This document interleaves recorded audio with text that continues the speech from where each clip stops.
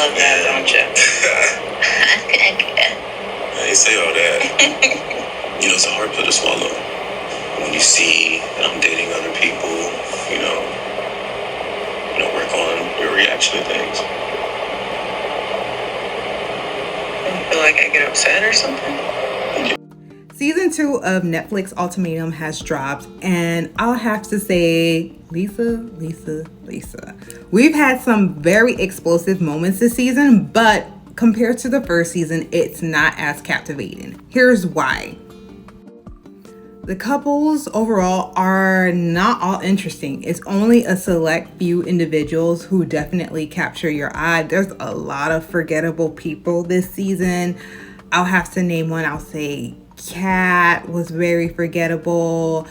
Like, there was a lot of people who definitely slipped my memory. There's only the notable people I can say off the top of my head was Raya, Trey, James, Ryan were definitely memorable, but their storyline weren't as strong or interesting to me. And then Brian and Lisa, who were very short-lived in the beginning of the season because Lisa definitely did not know the whole plot of this show. So let's just address first the scene that I showed you with Lisa. She goes on the show wanting an ultimatum from Brian. And I guess she thinks that she was going to get that whole scene from last season where one of the couples ended up getting a proposal at the dinner table. And I think she thought that was going to be her storyline this season. But so far, it's clearly not. But Lisa, it's like, girl, did you not read the contract? Did you not read the fine print? Did you not see last season? Did you not see the synopsis of the show? Did they not explain it to you well? Because it's like, this is like a wife swap situation for single people, or people in relationships. What did you think was going to happen? And it just shows that she's dealing with a lot of insecurities, trust issues in the relationship. We don't know what Brian may have done to her in the past or what he may be doing to her at the moment. We can't speak on that. But what we see is that she cannot hide her emotions for nothing. It was so bad. And you're going to see this in the next clip. Go ahead and talk to her. I really don't care. Wow. Holy moly. Aside from Lisa's insecurities, I didn't like the little comments she was making about Raya, which I'm gonna be honest, this season, Raya's my fan favorite. I kind of liked her energy, whatever she was giving. It wasn't that much, but she was giving energy, and I felt like Lisa robbed her of that experience. Raya would have never ended up with James is somewhere up there, that little thick little white boy. Raya would have never ended up with James, but Lisa, she just was not having it. Not having the possibility of Brian being with somebody else because I felt like, I guess she knew she was going to lose her man or whatever the situation was, or she just didn't want to test it to see how far it was going to go. But I feel like they had a connection initially, and she also had a connection with James. But I feel like in the end, Raya would have chose Brian, and Brian would have chose Raya, and Lisa just couldn't stand to see that happen. So what? Throw temper tantrums, call the girls a Hooters itch, and all these cuss words. It was kind of a little bit anti-black when she called her a roach. I heard what you said, Lisa. It was not cute. And then just cutting up. It was just not a good look. And I'm like, kind of just be cognizant of where you are, Lisa, because I wanted to see better for her. And I saw that if she kind of calmed down and opened her heart to this experience, potentially she would have ended up with Trey, but she just spent most of her time, every time she was with another dude, just talking about how uncomfortable she was seeing her partner talking to somebody else instead of worrying about her possibilities of other options in this experience. She was just not open to this experience at all. So it was just like, why are you there? It was just a waste of time, a waste of talent. And I really wanted to see more from this couple, and I wanted to see more for Raya. And I want to talk about the people I unexpectedly ended up liking this season and unexpectedly seemed like I'm not going to like you. So let's talk about James, and that's who ended up with Raya. So James, as I told you, is right next to Ryan in the pink dress. So that's James right there. He ended up connecting with Raya after it was announced that Lisa and Brian left the competition because Lisa became immaculately pregnant. it feels like an immaculate conception. She cut up between her temper tantrums and cussing Brian out and feeling like she was losing him. She had to throw the last trump card she had in her deck, and that was conceiving a baby by herself. Maybe she is pregnant. I don't know. I need to finish the rest of the season. I got tired of the antics and I just had to take a break. So I'm halfway through the season. But she pregnant, she gone. Raya ends up with James, and at first it seems like they have connections, like commonality. I grew up in a single household, you did too. You know, we think the same way, kind of like our emotional intelligence are on the same level. I can open up to you now like I can with my partner, vice versa.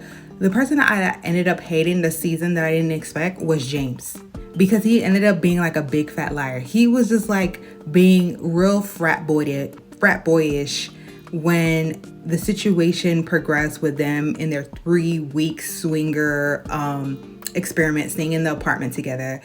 Raya noticed that he's not affectionate, he's pulling away, like she's just having a check-in conversation with him.